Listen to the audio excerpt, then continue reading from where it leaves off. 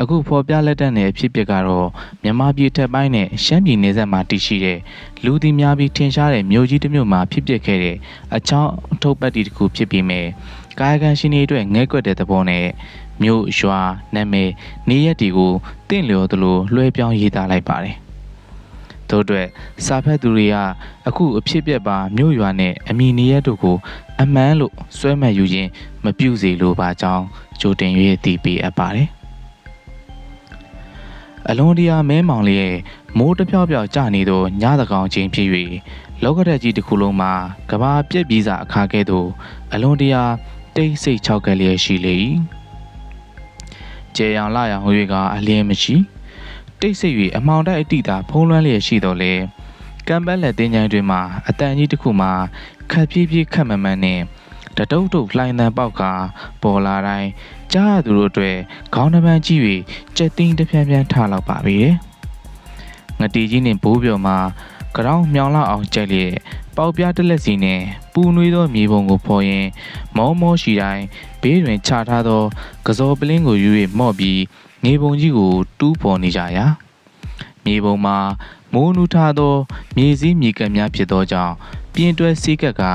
ရုတ်တရက်တူးရာတွင်လွယ်ကူစွာမပြီးမြောက်ပဲရှိချေငတီကြီးသည်တစ်ချက်လင်းလိုက်သောလျှက်ရောင်အောက်တွင်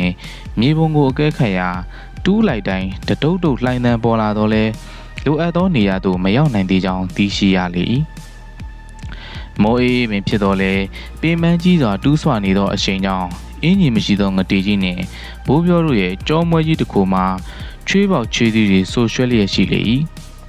မြေတိုင်းမြေခဲတွေကို4-50ကျက်ဆက်၍တူးပြီးနောက်ဘိုးပြောကပင်ပန်းလာဟန်နဲ့လက်ကပေါက်ပြားကိုဖြတ်ကနေလွှတ်ချလိုက်ပြီးနေမီကလဝရဲဟာခုတောင်မပေါ်သေးဘူးဆိုလျက်ကစောပလင်းကိုလဲလန်းလိုက်ပြန်ရာငတီကြီးကလည်းသူ့နီးတူလက်ကပေါက်ပြားကိုလှုပ်ပြီးကစောပလင်းနေနီးသို့လာထိုင်ပြီးပစိုးစုပ်ပေါ်မှာတင်ထားတဲ့အမဲသားကျော်တုံးကိုကုန်း၍နှိုက်ပြီးအန်းဆောင်မှာတင်ပြီးကြိုက်လေတယ်၎င်းတို့နှစ်ယောက်ရဲ့ရုပ်ဟန်အမူအရာကဘာပေါ်တွင်ကြောက်ချင်းဟူသည့်အဘယ်နည်းဟုမိကုန်းကိုအမြဲမင်းနေသောမြတ်တခြားမျိုးရှိကြ၏ကံပက်လက်တင်းချိုင်းကတခြားမြို့ရွာတင်းချိုင်းများတဲ့နာမည်ကြီးသောတင်းချိုင်းတစ်ခုဖြစ်လျက်အချိန်ကလည်းတကောင်မိုးမောင်ကလည်းကြလျက်အဆုံးစွန်တိတ်နေသောမြေပုံမှတ်တိုင်သို့အလဲတွင်တောက်စားဝယ်ကစောပလင်းနှင့်အမဲသားကျော်ကိုတဲခင်းပြီးတောက်ပွဲချင်းမနေကြသောလူနိုး၏တက်တီထုကိုချီးကျူးဝယ်ဖြစ်လေ၏ငါလည်းခွေးဒီတွင်းကတဲနဲ့တခိုးกว่าထိုကဲ့သို့ဘိုးပြောကပလင်းတစ်ခါမော့ပြီးအမဲကျော်ကိုကိုင်ရင်ပြောလေငတေကြီးကအမဲသားကျော်ပလုတ်ပပြင်းနဲ့ကစောပလင်းကိုမော့လိုက်ပြန်လေမိုးရွာလိုက်တာဟုတ်กว่าမြေကနူးပြီးစီးသွားတော့တူးရတာကြားတာပေါ့ထိုကဲ့သို့ပြန်ပြေးလိုက်ပြန်၎င်းတို့နှစ်ယောက်မှာတောက်ကစားကနေကြပြီမဲ့အမောင်ထဲမှာတယောက်ကိုတယောက်တဲခွဲစာမမြင်ရပါဘူးတစ်ချက်လျှက်စီးလက်လိုက်မှတယောက်ကိုတယောက်ရေခနဲမြင်လိုက်ကြရတွင်နှစ်ယောက်သားမျက်နှာချင်းဆိုင်ထိုင်နေကြောင်းသိရပြီဒါပေမဲ့ဘိုးပြောနဲ့ငတေကြီးတို့နှစ်ယောက်သားလက်၌စားနေသောအမဲကျော်တို့များတွင်ဘိုးပြောနဲ့ငတေကြီးတို့၏လက်များသာမကထန်းစီကြောကဲ့သို့ငုံထောင်နှင့်အမွှေးစုများပါရှိသည့်လက်ကြီးတွေကိုအမဲရော်နှံ့ရာတွင်မကြာခဏထိမိခိုင်းမိကြလေ၏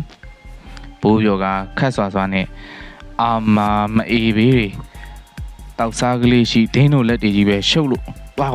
တော်ကြတော့ပြောဆိုအဆိုပါအမွှေးငုံနှင့်လက်ကျန်းကြီးများကိုတွန်းထိုးပုတ်ခတ်ပြလိုက်လေ၏ငတီကြီးကလည်းအနှဲငယ်ရစ်တန်နဲ့ဟဲ့ခွေးမာသားတွေနင်တို့ဟာအရဲရက်ကကြောင်းတကာတောက်စရာရှိရာစူယုံဆိုတာလိုပဲကွာဒါလို့ဆိုတော်ရောပေါ့ငါတို့စားရတယ်ပဲမရှိဘူးဟုညီးတွဲပြောလိုက်ပြန်၏ထိုကလျှက်စီးတစ်ချက်လင်းလိုက်ရာဘိုးပြောနေငတေကြီးတို့ကစောဝိုင်းမှာနှစ်ယောက်တည်းမဟုတ်ပဲမဲငုတ်တို့လာထိုင်နေသောအကောင်ကြီး2ကောင်3ကောင်ကိုတွေ့မြင်ရလေငတေကြီးကအာမဲကိုရိုမြတ်တို့ကလာကြည့်သေးဟေးတော့ကြကွာငါတို့အလုံးမပြီးသေးဘူးနောက်တစ်ခါမောရင်တောက်အောင်မယ်မင်းတို့ကဘာမှလည်းတောက်သုံးမကြပဲနဲ့ဘိုးပြောကလည်းအိုးဘာရမလဲကွာတို့ဟာညာပြီးလာစားတဲ့ကောင်တွေတို့လိုလဲကူလို့ရမယ်ရီရီယာလို့ရင်နင်းတို့ဆရာကြီးချိန်နဲ့ယူနှိမ့်မှာမဲငုတ်တို့ကောင်ကြီးမှာ မျက်နှာမှာမိခဲ့ကဲ့သို့ဝင်းထိန်သောမျက်လုံးဝမ်းဆက်ဆက်ကြီးတွေရေပြဲပြဲမော့ကြည့်ပြီးဘိုးပြောအားခေါင်းကြီးတညင်ညင်လှုပ်ပြကအမဲကျော်တုံးကိုမျက်နှာယူတက်၍နှိုက်ကြပြန်လေ၏ဘိုးပြောသည်အမဲတုံးများကိုတိမ့်ကျုံယူလိုက်ကာမဲမဲကောင်ကြီးသုံးကောင်ကိုတဆုပ်စီဝေလျက်ကြံသောနှစ်စုကိုငတေကြီးတစ်ဝက်မိမိတစ်ဝက်ကပုံစတွင်ဝေထည့်ရင်းဂိုင်းကိုလိုကြိုင်ကုံတော့မယ်ရော့ဒါတွေစားပြီးတို့လို့လာကူကြကွာဟုဆိုကအတောက်ကိုပြီးတက်ကြပြီးနေပုံကိုဆက်ကတူးကြလေ၏ဒီချိန်မှာဘိုးပြောနဲ့ငတေးကြီးတို့တွန်းတဲ့မြေဆိုင်ခဲတွေကိုမဲမဲကြီးသုံးကောင်ကတွင်းနှုတ်ခမ်းကထိုင်ပြီးရက်ဖယ်ပေးကြလို့မို့ညမကြပြီးပြင်ကောင်းကြီးပေါ်လာတော့၏ငုတ်တုတ်မဲတဲ့နဲ့တေးရဲကြီးသုံးကောင်မှာထိုင်ရာကထပြီးလက်ကရွှွန်နေကိုခါပစ်လေ၏ဘိုးပြောနဲ့ငတေးကြီးကအဆိုပါတေးရဲကြီးသုံးကောင်ကိုအလွန်ရင်းနှီးနေတဲ့တငယ်ချင်းတွေလိုဖြစ်နေလေပါတယ်ဘိုးပြောကကဲခေါင်းတော့ပေါ်လာပြီဟေ့ငတေးကြီးအပေါ်တင်ကြစို့ငါလည်းခွေတို့ညောင်တယ်မနိုင်မှုဟာငနီးတို့ငနက်တို့ငနွားတို့ကူခိုင်းအောင်မှပြီးတော့တွင်းကိုလည်းအခြေမပြတ်ပြန်ဖို့ခဲ့အောင်မှရှိသေးတယ်ဘိုးပြောကဟဲ့အောင်နေလာလူလေလှုပ်ပြီးပြန်မသွားကြနဲ့ခေါင်းကိုအပေါ်တင်းအောင်တရေသုံးကောင်လည်းတွင်းထဲကခေါင်းကိုလက်တံရှိကြီးနဲ့ဆွဲတင်ပေးကြရာပြင်ခေါင်းမှာတွင်းပေါ်သို့ရောက်လာလေဘိုးပြောကမိုက်ကြီးခွဲ့ရန်ကြံတော့မင်းစောစောကအမဲကျော်ဝေစုပေးလိုက်ရသည်ကိုမကျေနပ်ဟန်ပြင်ရှိထို့ကြောင့်ဟဲ့အောင်နေဆရာအိမ်ရောက်အောင်ကူထမ်းဖို့ကြောင်းကွတိုးနှစ်ယောက်တည်းမနိုင်ဘူးထို့သို့ဆိုပြန်လင်တရေသုံးကောင်လည်းပြင်ခေါင်းကြီးကိုဝင်၍ထမ်းကြရပြန်၏ရင်းတို့ခေါင်းကြီးကိုဝင်၍ထမ်းကြရာတရေသုံးကောင်မှာဘူးပြော့တဲ့အလုံးအပေါက်အရက်အမောင်းနှစ်ဆသုံးဆထွားနေသောမဲမဲအခောက်ထူအမွှေးငုံငုံအကောင်ကြီးများဖြစ်ရာကဘိုးပြော့ငတေးကြီးမှာအရက်ချင်းမမီသည့်အတွက်ပင်ခေါင်းထမ်းတက်တာလာခဲ့ကြလေ၏ဘိုးပြော့ငတေးကြီးတို့မှာတင်းချိုင်းမြေလူသေးလောင်းများတရေတပည့်များနှင့်မိမိတို့ဂုံကျေးဇူးကြောင့်အထူးရင်ပါနေသူများဖြစ်၍တရေသုံးကောင်အားခေါင်းတက်နဗန်းတက်နှင့်အမြဲလက်ပွန်းတတိဖြစ်လာကြ၏ငနီကြီးဆိုသောတရေမှာနီးချင်းချင်းအသွေးအရောင်ကြောင့်၎င်းငနက်မှာလည်းနက်ပေါင်သောအယောင်ကိုအဆွဲပြုလျက်ငနွားဆိုသူမှလည်းခေါင်းပြောင်ပြောင်ဂျိုကြီးနှစ်ကောင်ပါလာသည်ကိုအဆွဲပြု၍မှဲ့ခေါ်ထားခြင်းဖြစ်လေ၏တရေများကလည်းလူတစ်ပိုင်းတေးတစ်ပိုင်းကဲ့သို့ဖြစ်နေလို့မို့ငတေကြီးနှင့်ဘိုးပြော်တို့အတွက်မိမိတို့အတဘောကိုယခုကဲ့သို့ညှိချိန်နေမှာအမြဲတစေမြင်စီလျက်လက်ရည်တစ်ပြင်းတိုင်းလောက်ကင်စားတော့နေထိုင်ကြတဲ့အိမ်သူအိမ်သားတွေကဲ့သို့အယောယောအထွေထွေနေကြသူများဖြစ်ပါတယ်အဲ့ဒီလိုညနေတကောင်အချိန်မှာနေခင်းအချိန်ကမြေမြုပ်တင်းညိုထားတဲ့အစိမ့်ဒီမသားအလောင်းကြီးခေါင်းတလားကြီးကိုကံပက်လက်တင်းချိုင်းကနေလူနှစ်ယောက်နဲ့တရေတွေပူးပေါင်းတူးဖို့ကထမ်းလာကြစင်းမှာပဲခေါင်းထဲကနေပါလာတဲ့အစိမ့်ဒီမသားလောင်းကလည်းတမနီနာတမနောဂေါနီနာဂေါနောဆိုတဲ့အတိုင်းအပြင်ကဆောင်းကျင်းလာတဲ့တရေတွေဟာမိတ်ဆက်တဲ့သဘောနဲ့အယောတဝင်ပြုတ်ပြီးလားခေါင်းထဲကနေတင်းကျပ်စွာစီးထားသည့်တိုင်အောင်အလောင်းကောင်ကြီးကတကုန်းကုန်းနဲ့ယုံထားပြီးကြက်စီးထားတဲ့အနှောင်ဖွဲ့တွေကိုတဖြည်းဖြည်းညှစ်ပြီးဖြတ်ကာဒေးချသွားတုံနှောင်ထားတဲ့ခြေမာကျိုးတွေကိုရုံးကန်ထွက်ပြီးပြင်ခေါင်းကအဖုံးကြီးကိုဖွင့်ပြီးခေါင်းထဲကနေငုတ်တို့ထိုင်ပြီးဖြီးဆက်ဆက်ပြောင်စီစီမျက်နှာကြီးနဲ့ပါလာတာပေါ့ဖုတ်သက်ဝင်နေတဲ့အလောင်းကောင်ကြီးဟာလူတက်ပြီးသေးတဲ့အစိမ့်ဒီမသားဖြစ်ပေမဲ့လေပင်ကတဲတဲမြကြံအောင်ခုတ်ထားတဲ့ဓာတ်တန်ရာကြီးကြောင့်ဟောရင်စီးတဲ့ကဲ့သို့ပြင်ကောင်းထဲမှာငုတ်တို့ထိုင်ရက်နဲ့တက်လှုပ်လို့ပါလာရတွင်တခါဦးကောင်းကြီးမှာဓာတ်တန်ရာအတိုင်းနောက်သို့လှန့်ချပြီးအရေးပြတဲတဲကလေးနဲ့တွဲလောင်းကြီးဖြစ်သွားတဲ့ရာအလောင်းကောင်ကြီးမှာကင်ထားသောပြင်ကောင်းမုန်းကြီးပေါ်မှာကန့်လန့်တင်လိုက်လျက်လက်နှစ်ဖက်နဲ့တွဲလဲကျနေသည့်ခေါင်းကိုလေးတိုင်းမောပြန်ယူတင်ထားပြီးနေသားတကြပြုတ်ပြင်လိုက်တခါပြင်ကောင်းကြီးကိုထမ်းလာသူငနီငနက်ငနွားစတဲ့တရေများကိုထီကဘာကြီးကဘာကြည်စားသည့်သဘောနဲ့ခေါင်းပြင်ပုံကြီးနဲ့ထိကရိုက်ခါလိုက်လာပြန်သောအခါမူအောက်မှထမ်းသောတရေများကလည်းပျော်ရွှင်လာပြီလားရှည်လျားသောလက်ကြီးများနဲ့ပြန်လေတွန်းထိုးလိုက်ကြသောကြောင့်အလောင်းကောင်ကြီးမှာခေါင်းထဲတွင်ပက်လက်လန်လဲကျသွားသည့်ခါသွားဖင်နိုင်ရဲ့လဲသည့်ခါလဲနဲ့အပြန်လန်ဖြစ်လာကြတာပေါ့မောင်မဲသောတကောင်တလွဲချိန်ငိုတန်းချောင်းတောင်ထိပ်တွင်မိကလေးမိတ်တို့ကိုတွေ့မြင်လိုက်လေတောင်အောက်တွင် နက်ဆောက်သောရေကန်ကြီးတစ်ခုလည်းရှိ၍ထိုရေကန်မှာတစ်နှစ်တစ်ကြိမ်နှစ်ကြိမ်အမြဲလူစားသည်ဟုကြောစောသတင်းဖြစ်လျက်နာမည်ပြတ်သောကြောင့်မိသူမျှထိုကန်နာသို့မကပ်ဝင်ကြပြီရွာနီးပါချင်းမှသော၎င်းအမျိုးမျိုးပေါ်မှသော၎င်းအစားခံရပါများ၍လုံးလုံးရရတပိတ်မှောက်ထားခြင်းခံရသောကန်ကြီးဖြစ်လေ၏ထိုကန်မှာလူများကွင်းဆောင်သွားကြသဖြင့်ရေချိုးရေခမ်းမရှိကံမောင်ရိုးကိုများရှောက်ဝင်သူပင်မရှိတော့၍လူစားမရလင်ညင့်ခါကန်ထဲမှဆိုးဝါးသောအတန်ကြီးများမှာထွက်ပေါ်လာတတ်ပေ၏လူကိုမစားရသောရေတောက်ဆင်းသောကျွဲနွားတိရစ္ဆာန်တို့ကိုပင်ထိုကန်ကိုကွင်းဆောင်ကြပြန်၏ထိုကန်ကိုနာမည်ကြီး၍လူများကတေတွင်းကန်ဟုခေါ်ကြပြီးတရဲတစီအထူးကြမ်းတမ်းလာသည်ဆိုသောကံပက်လေတင်းချိုင်းနှင့်လည်းဖာလုံးတာတာလောက်သာဝေး၍နတ်ကျန်းလာသည်ဟုအထူးနာမည်ကြီးသောငိုတန်ကြားတောင်ကျေတွင်တည်ရှိသောအဆိုပါတင်းချိုင်းနှင့်ကန်တို့မှာ300ပေါင်တောင်းကျော်ဆိုသလိုသုံးဝင်ဆိုင်နာမည်ကြီးနေခြင်းကြောင့်ခီးသွားပင်အထူးရှောင်ခြင်းကလွန်စွာအရေးမကြီးပဲထိုအနီးပါးမှနေကင်းနှိလေများပင်ဖြတ်သွားသူမရှိသလောက်ရှားပါလေ၏မြို့မမီရွာမကစီကားလာသောညောင်ဝန်းမြို့လေးကလူများမှာအဆိုပါငိုတန်ကြားတောင်ကြီးကိုမိမိတို့မြို့ပေါ်မှာနေခါမျှော်ကြည့်လျင်မိုင်းမိုင်းညွညွမြင်ရပါတော့လေညင့်ချိန်များမှာတောင်ကြီးရှိရာဘက်သို့မျက်နှာရဲရဲလှည့်ဝင်သူနဲလာပေ၏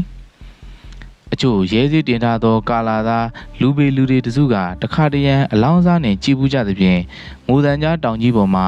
ညအခါမိကလေးမိတ်တို့လင်းနေတတ်သည်ဟုသိကြရ၏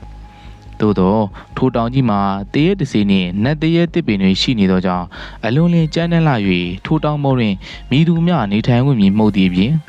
ဤသို့မြင်ရသောမိအောင်ကလေးမှလည်းစိမ့်ကြီးတစ်ခါပြာကြီးတစ်လဲရဲရဲတောင်နီမြန်းသည့်အခါနီမြန်းသွားကအမျိုးမျိုးအဖျားဖျားပြောင်းလဲနေတတ်သည်ကိုတွေ့မြင်ကြရသဖြင့်လေထိုမိမှာလူနေမိမဟုတ်ပဲနတ်ရဲများ၏နတ်မိဘဟုအယူရှိကရဲရဲမှမကြည့်ဝင်ကြထိုကြောင့်ပင်ငိုတန်ကျောင်းတောင်တဝိုက်နှင့်တေတွင်းကံပက်လက်တင်းချိုင်းတို့အနီးပါးသို့ညင့်ချိန်မဆိုထားပြီးနေ့ချိန်များတွင်မှဖြတ်တန်းသွားလာဝင်သူမရှိရာဘိုးပြောနှင့်ငတေကြီးတို့၏အလုံးမှာအပြင်လူတူဦးတယောက်မှမမြင်မဲတရဲတပတ်တွေနှင့်သာလွယ်ကူစွာလောက်ကင်ဆောင်ရွက်လာကြရပေ၏တို့နှင့်ငတေကြီးနှင့်ဘိုးပြောတို့မှာရှေ့မှမီးတုံနှင့်လမ်းပြ၍နောက်မှငနီငနက်တို့တစုကတလှုပ်လှုပ်တရှက်ရှက်နှင့်ဖုတ်သက်ဝင်လိုက်လာသောအလောင်းကောင်ကြီးကိုပြင်ခေါင်းကြီးနှင့်တင်၍ထမ်းကအမောင်တို့ကိုဖောက်လျက်ကံပက်လက်တင်းချိုင်းမှထွက်လာခဲ့ပြီးခြုံရွယ်ပိတ်ပေါင်းတို့နှင့်အတီးပြီးသောငိုတန်ကြားတောင်ပေါ်သို့အလောင်းကောင်ကြီးနှင့်အတူတက်လာကြလေ၏မိတို့ကြီးမှာမိတဖွားဖွားနှင့်ရှိ၍မှောင်တိုက်ထဲမှဝှေ့ကတဖြည်းဖြည်းရှိကလာပြီးပြင်ကောင်းကြီးထမ်းလာရသောတရဲများကနောက်ပါမှလိုက်လျက်တောင်ကပန်းမှဖြတ်တန်း၍တက်လာကြလေ၏တောင်ခုလက်ရှိတစ်ဖက်သောမျက်နှာစာတွင်ကအမင်္ဂလာတို့ဖြင့်တန်းစားဆင်ရသောတစ်ဖက်ရဲ့တင်းငယ်တစ်ခုရှိလေ၏ထိုအမိုးအကာဟူသည်များတို့မှာခေါင်းတလားပြင်ကျန်းများနှင့်သာပြီးလေ၏အသီးသီးသောလူတွေတို့၏ခေါင်းခုံနှင့်အယိုးများမှာတဲအူ၏မျက်နှာစာတွင်မြင်မကောင်းအောင်အမဲယိုးလှောင်သောကိုယ်တော်တမျှအစုလိုက်အပြုံလိုက်တွေ့မြင်နိုင်လေ၏တဲအိုတွင်မှတဝင်းဝင်းလက်နေသောမီးရောင်ကချားရဟက်ကဲ့သို့အဆက်မပြတ်တဖြည်းဖြည်းလှည့်လည်နေသောသကောတစ်ခုပေါ်တွင်ဥကောင်းကွန်၄-၅ခုကိုပက်လက်လန်တင်ထားပြီးခေါင်းငုံထဲတွင်လက်ဝဲကိုင်းအင်းအစီရင်တစ်ခုထည့်လျက်နှက်ကျုပ်ကြမ်းတမ်း၍နှုတ်ခမ်းတွဲတရဲရုပ်ပေါ်နေသောလူကြီးတစ်ယောက်ကအုံတဖွားဖွားနှင့်လက်သီးစုပ်ကိုနှခမ်းနာကိုက်ခါရွတ်ဆိုပြီးလက်ဟန်နှင့်ခေါင်းကွန်ရိုးတဲ့သို့မန်းမုတ်ထည့်လိုက်သည့်ခဏ၌ခြားခြားလည်နေသောခေါင်းငုံတို့မှာတချို့ကအစင်းရောင်မီးရောင်များဖြာ၍တချို့ကအဝါရောင်အပြာရောင်ရဲရဲတော့အနီရောင်စသည်ဖြင့်ခေါင်းငုံတစ်ခုလင်အသွေးရောင်တစ်မျိုးစီဖြစ်သောမီးတောင်များဟုံးကနေထ၍တောက်လျက်ရှိလေတော့၏မန်းမုံနေသောလူကြီးမှာထိုရောင်များကိုများစွာစိတ်တိုင်းမကျသေးတဲ့ကဲ့သို့ထက်မှန်မန်းမိုးလျက်ရှိစဉ်ဘိုးပြောတို့လူကြီးမှာမိတို့ကြီးနှင့်တဲတွင်းသို့ဝင်လာကြပြီးငနီတို့ကလည်းထမ်းလာသောခေါင်းကြီးကိုအဆိုပါလူကြီးအနီးတွင်ချကာဆရာအမိန်ကိုနာခံနေသောတပည့်များလားတဲနံရံတွင်ကပ်ကာလက်ကလေးတွေနောက်ပြေး၍ငြိမ်သက်စွာရက်ကြည့်နေကြလေ၏ခေါင်းတစ်လုံးထဲမှထိုးထောင်ငုတ်တို့ထိုင်ရကြီးနှင့်လိုက်ပါလာသောအစိမ့်ဒီအလောင်းကောင်ကြီးမှလည်းတရဲငနီငနက်ငနွားတို့နီတူမလုံးမရှက်ငြိမ်သက်စွာဆရာမျက်နှာကဲကိုစောင့်ကြည့်နေတဲ့ကဲ့သို့ရှိလေ၏ဆရာကြီးကမန်းမုံနေသည့်နေရာမှာ တပီမြောက်ကိုစောင့်ငယ်ကြည့်ကငတေးကြီးတို့ရောက်လာကြဗလားဟဲ့ဒီအလောင်းကောင်ငါမှားတဲ့ကောင်ဟုတ်ရဲ့လားလူလဲမှားလာကြအောင်မယ်ထိုကဲ့သို့ကြောက်စရာတန်းကြီးနဲ့ပြောလိုက်လေငတေးကြီးကလည်းဟုတ်ပါတယ်ဆရာကြီးရဲ့လူမမားနိုင်ဘူးသူ့လေဘင်းမှာဓားရာကြီးအထင်ရှားပါပါတယ်အေးမမရင်တော့ကြိုက်ပြီငါဒီကောင်ကိုအင်မတန်လိုရှိနေတာဘာဖြစ်လို့လဲဆိုတော့ဒီကောင်ကရှင်းနေတော့ကအင်မတန်ဆိုးတယ်မိုက်တဲ့အကောင်လူငါးခါတီးတီးတက်ဖူးတယ်သုံးခါတက်တည်မရှိလို့တရေတည်လွတ်တယ်တခါက19နှစ်ကြာဘူးတယ်နောက်ဆုံးတစ်ခါတော့ကျိုးမိန်ကြရကအယူခံတင်တာနဲ့တသက်တကျွန်းကျသွားတာအောင်ပါလီနဲ့ပြန်လှုပ်လိုက်တဲ့ကောင်ဓားလဲပြီးရဲ့အမတီရှိတယ်လို့တောင်ပြောကြတယ်ဒီလိုအကောင်မျိုးကိုတပီးလို့ရမှာငါမှပိုးပြီးတကူရှိမယ်ကွာဒါကြောင့်ပေါ့ဒီကောင်မသိခင်ကလေးကငါရွေးချယ်ထားတာနောက်ပြီးရိုးရိုးမမကြမ်းဖြစ်ပြီးတည်တာလဲငါမကြိုက်ဘူးအမှန်ပြောရရင်တော့ရိုးရိုးတည်ရင်ဒီကောင်ဘလောက်လူတုံးကသွေးဆန်းပေမဲ့ငါယူသုံးလို့ဖြစ်မှာမဟုတ်ဘူးကွာဒါကြောင့်ငါပြောကလည်းပါဟေ့တရေငနွားကိုသူ့နောက်အမြဲလိုက်ခိုင်းပြီးကြမ်းယူရတာကွာဟောဒီကောင်တည်ရကဆရာပြောကဟာလားကျွန်တော်တို့တော့ထီးဆိုင်မှာဘိုးဝန်ဆိုတော့အကောင်နဲ့မူးပြီးစကားများလို့ဘိုးဝန်ကဓာတ်နဲ့တစ်ချက်တည်းခုတ်လိုက်တာမျက်မြင်ပဲလေးရှာရဲ့အေးဘိုးဝန်ဓာတ်နဲ့ထခုတ်ဝင်တာငနွားကြောင့်ပေါ့ဘိုးဝန်ဆိုတဲ့ကောင်ကအင်မတန်တက်တည်နေတဲ့ကောင်မိမရှာလို့ပဲ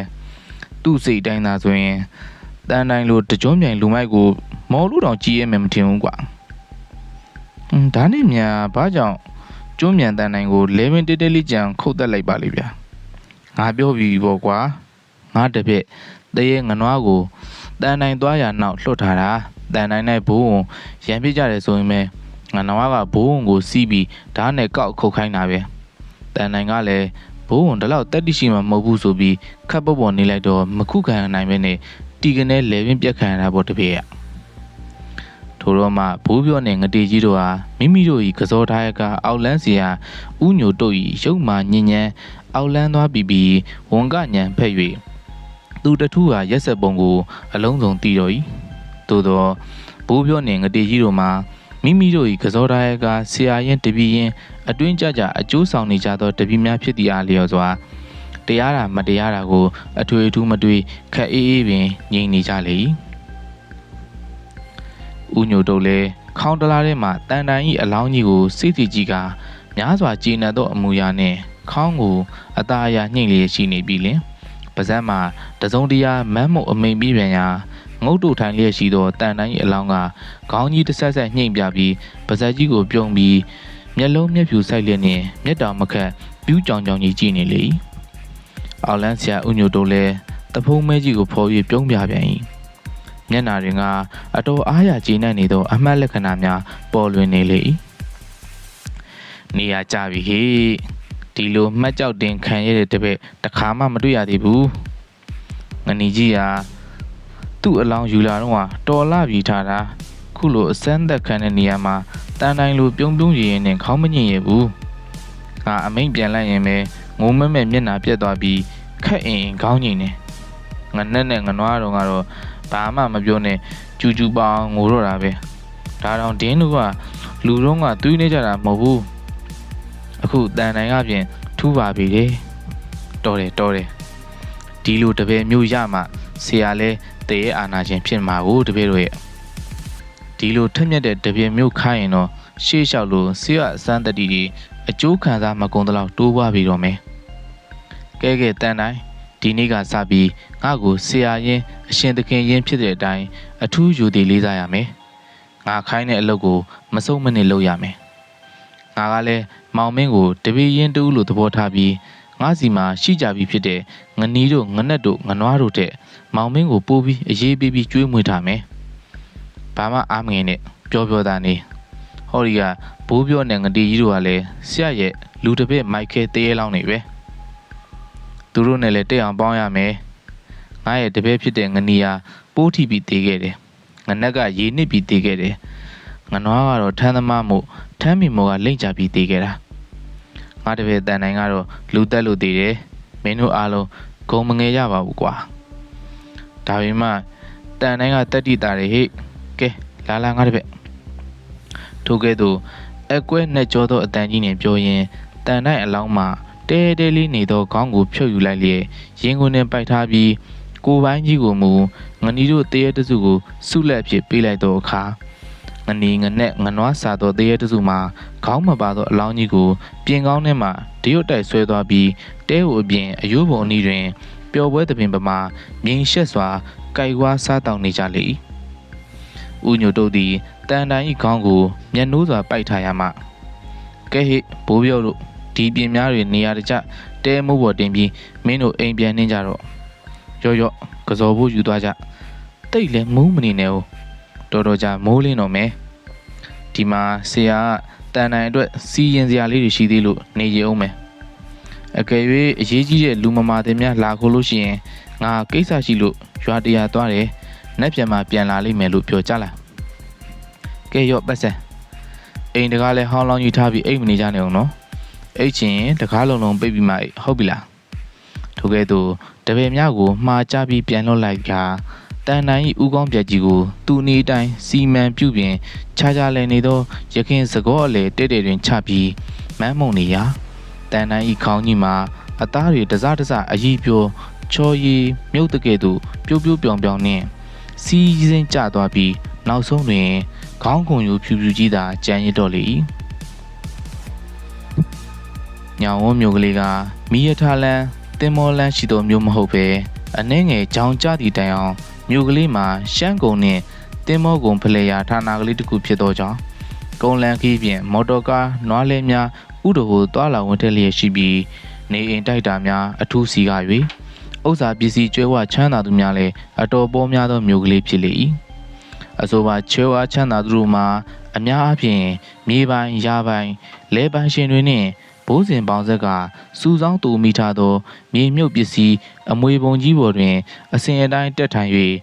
ငွေတို့ကြေးတို့များနှင့်အေးအေးကုတ်ကုတ်ထိုင်စားပြီးအကြွားအဝါဂုံတုဂုံပြိုင်လည်းအထူးကင်းကြသူများဖြစ်လေ၏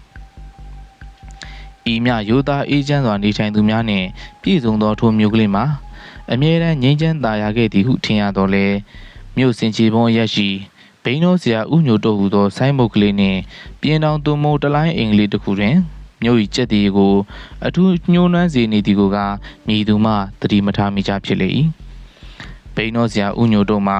ပထဝီတည်သောအာဘောဝါယောတို့ကိုလှိုင်းလှိုင်းရွ၍စေးချမ်းကိုအလွတ်ရအောင်ချက်ခါလာသမျှလူနာပင့်လာသမျှလူနာတို့အားဖော်နီးပေါင်းစုံနှင့်ဖော်ဆက်ထားသောဆေးများကိုငပြောဘူးပလင်းများနှင့်ထဲကစားရန်အမျိုးမျိုးထိုးကပ်လျက်လေးတက်ရှိသောဗီဒီယိုစင်းမြင့်တစ်ခုနှင့်တားနာစွာတင်ထားပြီးခြေကြွားကမှန်မှန်ယူလျက်လက်သက်မွေးထားသောစေးပညာတဲ့အမိတက်ထားသောတပည့်ဖြစ်သူဘိုးပြောနှင့်ငတေကြီးတို့အားကစော်ဘိုးလှိုင်းလှိုင်းပေးထားသူဖြစ်လေစင်စစ်ဥညိုတို့မှာရုပ်မှညဉ့်ညမ်းလာစားသောတရေအာနာရှင်အောက်လန်းဆရာတဦးဖြစ်တော်လဲမြို့ပေါ်တွင်မိမိအတွက်လူပေါင်းမခက်စေခြင်းကတကြောင်၎င်း၏ရည်ရွယ်ချက်အတိုင်းအဆအဆအရာရာလွယ်ကူစွာပြီးမြောက်နိုင်စေရန်တကြောင်ဘိန်းတော်ဆရာဟူသောအမည်ကိုယူထား၍အရေးကြီးလှုပ်ဆရာရှိသောညာများတွင်ကတမျိုးလုံးကကြောစိတ်အောင်ကြောက်ထားသောငိုတန်ကြားတောင်ပေါ်ဝဲမဖွဲသောအမှုကိုလွတ်လပ်ချောင်ချိစွာပြုမှုနေထိုင်လျက်ရှိသူဖြစ်လေအထူးသဖြင့်ထိုမျိုးကလေးရှိပစ္စည်းရှင်သမီးပြိုကလေးများမှာမိမကျော်မိမလာလေးတွေများလျက်၎င်းတို့မှာရိုးသားသောမိဘများမှာစင်းသက်ပေါက်ပွားလာကြသူများဖြစ်သည့်လျောက်အိမ်ရှိလမ်းမကိုများလမ်းထွက်၍မလျှောက်ဝင်သောအိမ်တွင်ပုံးမှအယိုးကန်မလေးတွေခင်မမီရှာသူကလေးတွေဖြစ်နေပြီးလျင်မိသည့်အပြိုရွယ်ကလေးမှာလျက်ပေါ်လော်လီသည့်မျက်နှာထားအမူအရာမရှိဘဲမိဘမောင်ဘွားတို့နှင့်လိမ္မာပီပြားစွာနေထိုင်တတ်ကြသူများဖြစ်သည့်အားလျော်စွာဝါဆိုလာပြီးတရင်ကျွလာပြီးတစောင်းမွန်းလာပြီးစသည့်ဥပုံနေများတွင်ကျောင်းကံဖျားဇေယျတစောင်းများတွင်မိဘသားချင်းတစုတို့စုယုံလာရောက်ခါဥပုပ်တရင်စောင့်တည်တတ်ကြသည်ကိုလိုက်ကြည့်မှသာလျှင်မြင်ရတတ်လေ၏ထို့သောအခါမျိုးတွင်ကတစ်နေ့လုံးလုံးအိမ်တွင်ပုံညာခြင်းဖြင့်ဝါဝင်သောအသားရည်ကလေးများနှင့်မပြုတ်မပြင်းငကိုရင်သောပင်ကိုချောမိမပြိုကလေးတွေကိုတေးတေးတင်းတင်းတွေ့မြင်ရသူလူပြိုကာလာသားတို့မှာအဆွဲလန်းကြီးဆွဲလန်းသွားရှာကြကအချို့ကလည်းမိဘချင်းအကြောင်းတင်းလျက်တာသမီချင်းလက်ဆက်ပေးသည်ကိုခံရ၍အချို့မှာမိဘချင်းအကြောင်းမငြင်းညူ၍သမီးပြိုကလေးများကိုအောင်းသွေးဒလန်များနှင့် စီစားရှာကြတော့သည်တို့ရတွင်ရိုးသားလိမ္မာသူမိမမျိုးကလေးတွေသာများရကားမိဘမျက်ွယ်တွင်ချစ်သူရှာခြင်းချစ်သူကိုမိဘမတိပဲလက်ခံဆက်သွယ်မှုမှာမပြူကောင်းသောကံ၅ပါးကိုကျူးလွန်ရမည်တဲ့ရှက်ကြောက်ထိတ်လန့်နေကြသောကြောင့်အောင်သွေတလန်တို့မှာတက်လန်ရည်သာတွားရလေရာအချို့သောကာလာသားများမှာမိဘချင်းလဲစိစံမရကိုယ်တိုင်လဲကြိုးစားရန်အချက်မရအောင်သွေများနှင့်ကြမ်း၍လဲအကွက်မလဲကြပဲဆွဲလန်းသည့်အာယုံကလည်းအတော်မတက်နိုင်အောင်ရစ်ပတ်ချုပ်ချယ်ခြင်းခံနေရရှာသဖြင့်အကြံစီအမျိုးမျိုးထုတ်ကာကြိုးစားကြရတွင်အချို့နိုင်ချွတ်စုံစမ်းတတ်သောကာလာသားများမှာဘိန်းတော်ဆရာဦးညိုတို့အားပီယာစီအတွက်အစွမ်းစာထွက်လို့ထွက်ညာစုံစမ်းသမှုပြုကြ၍ဦးညိုတို့ကလည်းဝင်လာသောလက်ကိုမပယ်လိုသဖြင့်မိမိအောက်လန်းပညာနှင့်စီမံထားသောပီယာစီများကိုတိုးတိတ်လက်သိပ်ထိုးပေးသောကြောင့်အချို့ကာလာသားများမှာအကယ်ပင်စေးစမ်းပြ၍ရသွားကြသည်တွင်တစားနှင့်အကြံကုန်လက်ပန်းကျနေသောကာလာသားများရက်ွက်တွင်ဥညိုတို့၏ပီယာစီတကူထက်မြက်ပုံကိုကြောညာမကန်းရပင်နာမည်ကြီးလျက်ရှိရာကချစ်သူအတွက်နှင့်အကြံခတ်နေသောလူရွယ်တိုင်းဆရာကြီးဥညိုတို့ကိုကြီးညိုစွာလာရောက်စီးကပ်၍မပြတ်အောင်ပူဇော်ပါတာလျက်ရှိကြလေ၏တို့နှင့်ဆေးနှင့်ဝါးနှင့်ကူး၍ချစ်သူနှင့်နီးရအောင်ကြံဆောင်ကြတော့လေအများအပြားအလဲလက်တန်းစားမိမပြိုကလေးများကိုသာအဆက်အသွယ်အသွားလာလွယ်ကူသောကြောင့်ကြံစည်ခွင့်အချက်ရသွားတော့လေအိမ်ထဲမှအိမ်ပြင်သို့ထွက်ခဲ့သောအထက်တန်းကြသည့်ကျွဲဝချမ်းသာသူတို့၏သမီးပြိုအချောအလှကလေးများအတွက်မူမိသူများမတိုးနိုင်မကြံနိုင်နှင့်လက်မှန်ချရလျက်မိဘချင်းကြည်နှံ့မှသာကိစ္စပြီးရသောဓမ္မတာကဲ့သို့ရှိလေ၏တို့ရတွင်လွန်ခဲ့သောတစ်နှစ်ကျော်လောက်ကစ၍ဘိုင်းကောင်းကြောက်ပြီးပြီးရီလိမ်မှာအိန္ဒြေရှင်ဖြစ်ကြရှာသောအိမ်တွင်ပုံအမျိုးသမီးအပြိုရွယ်ထဲမှာနာမည်အကြီးဆုံးပစ္စည်းအပေါ်ဆုံးရုပ်အချောဆုံးအပြိုကလေးတချို့မှာမိသည့်ကံမျိုးစိုက်ရှာကြသည်မသိအချို့မှာအိမ်တွင်ကအိမ်ပြင်မထွက်ရရုံမျှမကအပြင်ကဝင်လာသူတို့နှင့်အဆက်အသွယ်မရှိပါပဲအချက်တကွဲအကျိုးနဲ့အဖေးမဖော်နိုင်ပဲသားသမီးမွေးကြရှာပြီးအချို့မှလည်းမိမိကိုယ်ကိုပင်စွန့်ပစ်ကအသက်ကိုအရှက်နှင့်လဲသွားကြရှာ၏ယင်းသို့အင်ဂျီရှင်အပြိုကလေးများ၏မကြောက်ဝမနာသာအဖြစ်မျိုးမှာဘယ်သူသောအကြောင်းကြောင့်ဖြစ်ပေါ်ရသည်ကိုမိသူမှအတက်မဆိုနိုင်ပေကာယကံရှင်မိမပြိုကလေးများမှလည်းမိမိတို့အဖြစ်ကိုမိမိတို့ပင်မသိမိဘလှုပ်သူတို့ကရိုင်မောင်းပုံမောင်းလို့၍မေးလည်းမပြောနိုင်ချောမောမေးလည်းမဖြေနိုင်လှိုင်ကြီးသာငိုကြွေးနေကြရရှာလျက်အချို့မှာအသက်ကိုပင်စွန့်ရသည့်အခြေသို့အရောက်ခံကြရသည်မိသူတူတယောက်ကမျှမိသူနှင့်ကျူးလွန်မိသည်ဟုထုတ်ပေါ်ဝန်ခံခြင်းမပြုနိုင်ကြသည်ကကံသူအကျိုးပေးကဲ့သို့ဖြစ်ကြရလေတော့၏ကလေးမလေးများကလျက်ပေါ်လော်လူ၍ဖြစ်ရသည်ဟုထင်ရန်ကလည်းအခက်မိသူမိဘနှင့်ကျူးလွန်မိပါသည်ဟုမေးမြကြသည်ကတစ်ခက်နှင့်ဤထူးဆန်းသောအဖြစ်အပျက်များမှာမြို့ကလေးအေးချမ်းခဲ့သည်နှင့်အမျှရစရာမရှိအောင်ဖြစ်နေကြရလေတော့၏ဟေးဘိုးပြော့ညာကငါအိမ်ကိုဒူလာလဲဟဲ့မနက်ခင်းနေတန်းတစ်ပြားလောက်ရောက်လာသောဥညွတ်တို့ကမေးလေ၏ဘိုးပြော့နှင့်ငတေကြီးတို့ကပဲပြုတ်နှင့်လက်ဖက်ရည်အကျန်းတောက်လျက်ရှိဟောဆရာပြန်လာပြီလားကျွန်တော်တို့လက်ဖက်ရည်တောက်ရင်မျောနေကြတာလာဆရာဟောဒီမှာပဲပြုတ်ပကံလေးဦးပြဆရာစားဖို့ခွဲထားတယ်အေးစားတာပေါ့ဒါနဲ့ဘသူများလာမေးတော့ဟဲ့တခြားလူတွေတော့မလာပါဘူးဆရာထုံးမောင်ဆိုတဲ့ဆရာကောင်လေးတစ်ကောင်တော့လာမေးတယ်ကျွန်တော်လည်းမနဲ့မှလာအခုဆရာကြီးမရှိသေးဘူးလို့ပြောလိုက်တာနဲ့စိတ်ပြက်ပြီးပြန်သွားလေရဲ့ဒီကောင်လေးလည်းငါ့ကိုတိတ်ကက်နေတယ်ငွေတွေကြော့တာလည်းများလာပြီသူကြိုက်နေတဲ့ကောင်မလေးကလည်းသူ့ကိုပြန်ပြီးကြိုက်ပါတယ်တဲ့ဒါပေမဲ့နှုံးနှစ်ဖက်မိဘတွေသဘောမကျလို့ခိုးရလိုက်ခဲ့ပါခေါ်တာမရဘူးတဲ့ကောင်မလေးကအတော်ခေါင်းမာနေတယ်တဲ့ဒါနဲ့ငါလာကတ်နေတာထို့သူပြောပြီးပဲပြုတ်တစုံစားရင်လက်ဖက်ရည်ပကံကိုပဇာနာတေးလေဟောဒါကြောင့်ကိုကောင်လေးကလက်ထဲမှာလဲငွေစက်ကူတွေတစ်ထက်ကြီးကိုင်းလို့ဟမ်ဟုတ်လားအေးလေကွာကောင်လေးကလည်းအတော်ဆွဲနေတယ်ဆရာကိုငွေပေးပေါင်းလဲများလာပြီကောင်လေးမိဘများကပစ္စည်းဥစ္စာအတော်ပေါ်တယ်ဒါနဲ့မြန်ကောင်မလေးမိဘတွေကဘာလို့သဘောမတူတာလဲဆရာဒီပါဦးကွာအရင်တော့ကလူကြီးချင်းမြေယာအစုတစ်ခုတွင်နဲ့စကားများကြတယ်ဆိုထင်ပါရဲ့ဒါပေမဲ့ကောင်လေးနဲ့ကောင်မလေးတွေကတော့မေတ္တာမပြတ်ဘူးကွာဒါဖြင့်လည်းလှုပ်ပြီးလိုက်ပါဆရာရေအေးလှုပ်ပြီးဘူးပါပဲ ဒါတဲ့ကောင်မလေးကဒီမြို့ပေါ်မှာပြင်အလားဆုံးအချောဆုံးလို့ထုံးမောင်ကဆိုတယ်သူကြီးစားမပြောသလားမသိဘူးငါလည်းမမြင်ဘူးသေးဘူးတကယ်လို့သာသူပြောသလိုအချောဆုံးအလားဆုံးဆိုရင်ငါထုံးမောင်အတွက်လုံးမပေးခြင်းဘူးဘာဖြစ်လို့လဲဆရာမင်းတို့လည်းဆရာကြောင့်တီးတာနဲ့ကွယ်ကောင်လေးငွေလေးဆရာရတာမနှဲဘူးဆိုဒီလိုဖြင့်အေးလေကွာဒါပေမဲ့ကောင်မလေးကသူတို့ပြောသလောက်မလိုက်ရင်လဲငါအရေးမကြီးပါဘူးတကယ်လို့လှနေရင်သာဒါပေမဲ့ကွာငါအလိုပြည့်ရင်ထုံးမောင်လည်းပြန်ပေးလိုက်ုံပေါ့ဟာဟုတ်တယ်ဆရာဒါမှကောင်လေးအလိုလည်းပြည့်ဆရာအလိုလည်းပြည့်နှုံးနှစ်ဖက်အကျိုးရှိမှာအေးလေကွာကြည့်လို့ကြတာပေါ့ဟောဟိပြောရင်ဆိုရင်ထုံးမောင်လေးလာနေပြီတာနေကြတဲချီလန်းသွက်ပါလားဘာများရေးကြည့်လာလဲမပြောတတ်ဘူးထိုခိုင်အသားဖြူဖြူမျက်လုံးကောင်းကောင်းနှာရန်ပေါ်ပေါ်ရင်အုပ်ကားကားအရက်မြင့်မြင့်နဲ့လူငယ်တယောက်ဥညိုတို့အိမ်ထဲသို့ရေးကြီးတုတ်ပြနေဝင်လာလေဆရာကျွန်တော်ကညတော့လာမေးသေးတယ်မရှိဘူးဆိုလို့အေးဆရာအခုပဲရောက်တာမင်းပြားကြီးပြားရနဲ့ဘာရေးကြီးလာတာတော့ကြီးတယ်ဆရာဒါကြောင့်ပြေးလာတာပဲစိုးစမ်းမောင်မလာရီတို့အဖေအမေများဝါစုမှရှင်ပြုပစင်းခံလုပ်ဖို့မြို့တက်ပြီးပိတ်ခရာကုန်းတွေတွားဝေကြတယ်မနေ့ကတွားကြတယ်ဆရာရဲ့အိမ်မှာမလာရီနဲ့အိမ်ပေါ်မကြီးတယောက်သာကြံရစ်တယ်အင်မတန်ခွင့်သာနေတာပဲဒါဖြင့်မင်းကောင်မလေးကခေါ်လို့မရဘူးလားခေါ်ပြေးပါတော့လားလို့ခေါ်လိုက်တာမှဆရာရဲ့သူနဲ့တွေ့တိုင်းခေါ်တာပဲစားနဲ့ရေးခေါ်တာတွေ့တော့ထဲ့လို့တော့မပြောနိုင်တော့ဘူးသူ့ကိုဘလို့များခေါင်းမှမသိပါဘူးသူတို့မျိုးရိုးမှာခိုးရလိုက်ဘူးသူမရှိဘူးတဲ့သူ့လက်ထက်ကျမှအမျိုးကိုမပက်ပြရစေနဲ့တဲ့ဒါမျိုးတွေနဲ့ကြီးခုခံနေတာတကယ်မချစ်လို့ထင်ပါတယ်ကွာချစ်ပါတယ်ဆရာချစ်လိုက်တာမှတုံးနေတာပဲသူချစ်တာကျွန်တော်သိတယ်ဆရာရဲ့ခိုးရမလိုက်လို့မချစ်ဘူးမထင်ပါနဲ့တဲ့မက်ကြီးကကိုထုံးမောင်ကလွယ်ပြီးဒီတသက်မှာဘသူ့အချစ်မှလက်မခံပါဘူးတဲ့မိဘသဘောမတူရင်မိဘတသက်ထိုင်ဆောင်ပါမယ်တဲ့ဘယ်ရွဲကြမှာပေါင်းရစောင့်ပါမယ်တဲ့ခိုးရကိုတော့မလိုက်ပြရစီနဲ့လို့ပြောနေတော့ခက်တယ်ဆရာရဲ့သူ့တသက်လုံးစောင့်နိုင်ပြီမဲ့ကျွန်တော်မစောင့်နိုင်ဘူးဗျာအတင်းအဓမ္မဆွဲခေါ်ဖို့ကလည်းသူကအိမ်ထဲကအိမ်မြင်မထွက်တော့မခဲဘူးလားဆရာဒါကြောင့်ဆရာကိုအားကိုးတာပဲ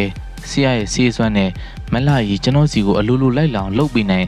ဆရာကိုနောက်ထပ်ငွေ1000ကတော့မယ်ဗျာအခုလဲငွေ900ပါတယ်ကြည့်ပါအောင်ဆရာဒီမှာဦးညိုတို့သည်မျက်မှောင်ကြီးကုတ်ကနှုတ်ခမ်းမွေးမုတ်စိမ်မွေးတို့ကိုတုံးတက်ရင်စဉ်းစားလျက်ရှိလေတစ်ချက်ကိုထုံးမောင်လက်မှငွေစက်ကူများကိုမျက်စိရောက်သွားလျက်တစ်ချက်လဲပြီးစီးခဲ့ပြီးတော့မိမိအကြံစီများနဲ့မိမိအောင်သည်အောင်သားစားခဲ့ရဘူးသည်များကိုပြန်လဲစဉ်းစားနေမိပြီးတခါတွင်လဲမိမိတပြေးကြီးများဖြစ်သောငနီးငနက်ငနွားတို့နှင့်နောက်ဆုံးမွေးသည့်ရဲရဲတောက်တစ်ပည့်တန်တိုင်းတို့အစွမ်းများကိုတွားရည်သတိရလျက်ရှိလေအထူးသဖြင့်ကတရဲတန်တိုင်းအားမိမိတပြေးများအနက်မှာအစမ်းတက်ဆုံးဟုယူဆထားသည့်အတွက်တပွဲတလန်းပွဲဦးစမ်းစီရကောင်းမလားဟုစိတ်ကူးနှင့်ဇေယျချ၍နေလေထုံးမောင်ကမလုံးမရှက်ငြိမ်သက်စွာစဉ်းစားနေသောဆရာဦးညိုတို့ကိုကြီးကအားလို့အားမလို့အားမရဖြစ်နေရှာတော့၏ဘယ်နဲ့တော့ဆရာကျွန်တော်တို့ဆရာအပြင်အားကိုးစရာမရှိတော့ပါဘူးဆရာကိုအင်မတန်အားထားနေရပါတယ်တစိမ့်ကျွန်တော်ကိုတနာသဖြင့်ကူညီပါဆရာရဲ့ဆရာကျေးဇူးကိုမမေ့ပါဘူးအခုငွေ900တင်မကနောက်ကတော့မယ်ငွေ1000ကိုဆရာကိုညနေတစ်ခါလေးပုံပြီးကြော့ပါမယ်ဒါနဲ့လည်းမပြီးသေးပါဘူးနောက်ဆရာလိုတယ်ဆိုရင်ဘာမှမဆိုကျွန်တော်တာဝန်ယူပြီးဖြည့်စွမ်းပေးပါမယ်ဟုရေငတ်တယ်လို့အထက်ထက်ပြောနေလေဦးညိုတုံးမှာအင်းမလို့တွေ့ဝေမြဲတွေ့ဝေနေရမှထုံးမောင်ကိုခက်တီတီလှမ်းကြည့်ကအေးဆရာလည်းဒါကိုစဉ်းစားနေတာပဲကွဒါဖြင့်ခက်မြန်ကလေးကျေးဇူးပြုပါဆရာရဲ့သူများမိဘမရှိတော့ကြံရမှအဆရခီးရောက်မယ်မလားအေးလေကွမင်းလိုပြည့်ပါမယ်ဒါပေမဲ့ဆရာမတပည့်ရှိသေးတယ်သူတို့လုတ်ပြီးမှဒီကိစ္စအောင်မြင်မှာကွဟောဒီကိုဘိုးပြောတို့ကိုတေကြီးတို့လားဆရာအိုးသူတို့တွေ့လဲကျွန်တော်ကျေးဇူးတိမှာပေါ့ဆရာရဲ့ကိုဘိုးပြောနဲ့ကိုတေကြီးလဲငွေတရားစီကျေးဇူးဆက်ပါမယ်ဘိုးပြောနဲ့ငတေကြီးတို့မှာငွေတရားဟူသောအတာအာတာသည်မျက်လုံးတွင်အယောင်တွေတုံးဝင်းဖြာ၍လာလေဦးညိုတို့တွင်ကအင်းမလို့အဲမလို့နဲ့တဏှာတို့စုဆိုင်ရင်ဒီကောင်နှစ်ကောင်နေမကဘူးမင်းမမြင်နိုင်တဲ့တရဲတပီးက4-5ယောက်ရှိသေးတယ်ကွ သူတို့ကမှကောင်းမလေးကိုဆရာစီရောက်အောင်ခေါ်လာနိုင်မယ်ဘိုးပြောနေငတီကြီးတို့ကတော့ကောင်းမလေးလာတော့လမ်းမှာအနှောက်အယှက်တွေတွေ့ရင်ကာကွယ်ဖို့မလန်းမကန်းကနေမရောက်မလဲလိုက်ဖို့ပဲဟာဒါပြန်ဆရာသဘောကျလို့တာအမိန့်ရှိပါခင်ဗျာအာမနာပါနဲ့အေးဒီလိုရှိတယ်ကွမင်းပြောတဲ့ငွေများကိုလေဒီနေ့ညနေယူခဲ့ဆရာရဲ့တရေတပီများအတွက်ကျွေးမွေးထားရတဲ့တနစ်စာဈေးလဲမောင်ကခံရလိမ့်မယ်အဲ့ဒီအတွက်ကတော့များများမဟုတ်ပါဘူးကွာတစ်နှစ်လုံးအတွက်4-5-600ဆိုတော့ပါပြီအိုးဒီလောက်များစောစောကပြောရဖို့ဆရာရဲ့ကျွန်တော်မုံဖို့အတွက်အဖွားကပေးထားတဲ့စပါးတွေကိုရောင်းထားတာငွေ3000ကျော်ကိုပိုင်ရှိပါတယ်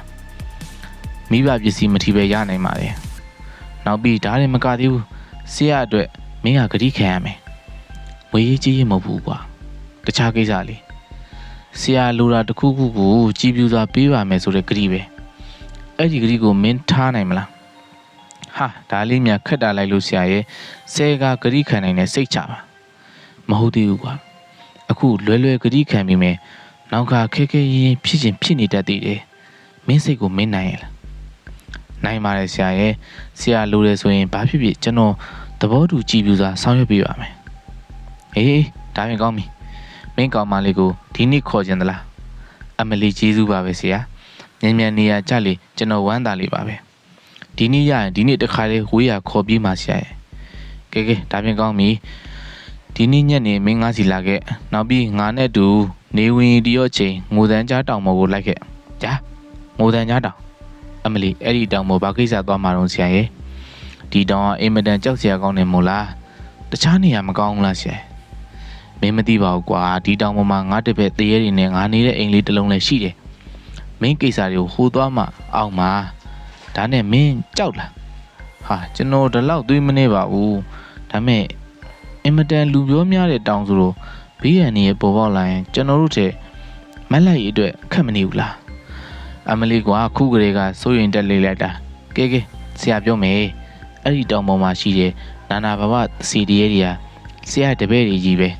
ဆရာကမချောင်းလှမ်းကြနဲ့လို့တားထားရင်ချွတ်တန်တော့မကြားစီရပါဘူးဟောဒီတောင်ပေါ်ကနာနာဘဝတွေကိုဆရာနိုင်နေဆိုပါတော့ဒါဖြင့်ဆရာအဲ့ဒီတောင်ပေါ်ကညညတစ်ခါမြင်ရတဲ့မီးစိမ့်မီးနီမီးဝါတွေကဘာတော့ဆရာစုံးကိုဝေတွေတောက်စားတာကလည်းမဟုတ်နိုင်ဘူးနတ်မီးပေါက်လို့တချို့ကပြောကြတယ်အဲ့ဒါလေဆရာရဲ့နတ်တပည့်တွေပဲလားအေးကွာဆိုပါတော့ငိုတန်ကြားတောင်တောင်လုံးပေါ်မှာဆရာအာနာရှင်ပဲဘာမှကြောက်မနေနဲ့နောက်ဆုံးကွာမင်းကောင်မလေးကိုအဝေးခေါ်ပြီးလေသူ့မိဘတွေလိုက်ရှာလို့တနည်းပြန်တွေ့မှာဒီတောင်ပေါ်မှာသာအေးဆေးနေဘယ်သူမှလိုက်မရှာရဘူးတကယ်လို့လာရှာရင်တော့ငါတပည့်တရေတွေကို6လက်လွတ်လိုက်မှာပဲဆရာအလုံးစုံဖွင့်ပြလိုက်မယ်ကွာဒီတောင်ပေါ်မှာဘယ်သူမှမလာရဲအောင်ငါတပည့်တရေကြီးတွေကတောင်ပေါ်မှာငကိုရှိရင်နာနာဘာဝတွေနဲ့ပေါင်းပြီးအ6လန်ခိုင်းထားတာပဲဒါလည်းမကသေးဘူးကံပက်လက်တင်းချိုင်းမှာရှိတဲ့တရေတစီတွေကိုလည်းငါတပည့်တရေတွေနဲ့ပူပေါင်းပြီးစူညံတောင်းချမ်းခိုင်းထားတာတေရင်းကန်ကိုစောင့်နေငရဲကြီးအမှုရှိတဲ့တရေတစီတွေကိုအဆက်သွဲထားပြီးကန်နဲ့ဆင်းလာသမျှကိုစားစီတာပဲဒါကြောင့်ဒီတဝိုက်မှာပြင်အထူးလူကြောင်များနေကြတာပေါ့ပထမမူလရှိတုန်းကငိုတန်ကြားတောင်မှာနယ်ရဲကျန်းတာတော့အမှန်ပဲဒါပေမဲ့ကာလကြာလာတော့မကျန်းပါဘူးလူတွေသာရှိရနာမည်ကြီးဘူးတာနဲ့လန့်နေကြတာအခုလေအဲ့နယ်ရဲမရှိဘူးသူ့တပည့်တစီတရဲ့အနှဲငယ်လောက်ပဲကျန်တာဆရာရဲ့တပည့်တရေတွေကိုဒီတောင်မှာနေရာထိုင်ခင်းချတာလို့ခုမှပြန်ပြီးတောင်းကျမ်းလာကြတာပါမင်းတို့မျိုးရလူတွေကတော့ရှိရထုံးစံအတိုင်းစိုးလာတယ်ပဲထင်တာတကယ်တော့မဟုတ်ဘူးဆရာတပည့်တွေရောက်မှပိုးစိုးတာအဲ့လိုဖွင့်ပြောတော့တိရောမလားမင်းကိုယုံလို့ပြောတာနော်ဘယ်သူမှမပေါက်ကြသေးနဲ့တကယ်လို့ပေါက်ကြရင်မင်းလည်းအသက်ရှင်မှာမဟုတ်ဘူးထုံမောင်မှာဆရာကြီးကိုတစိမ့်စီကြောက်လာပြီး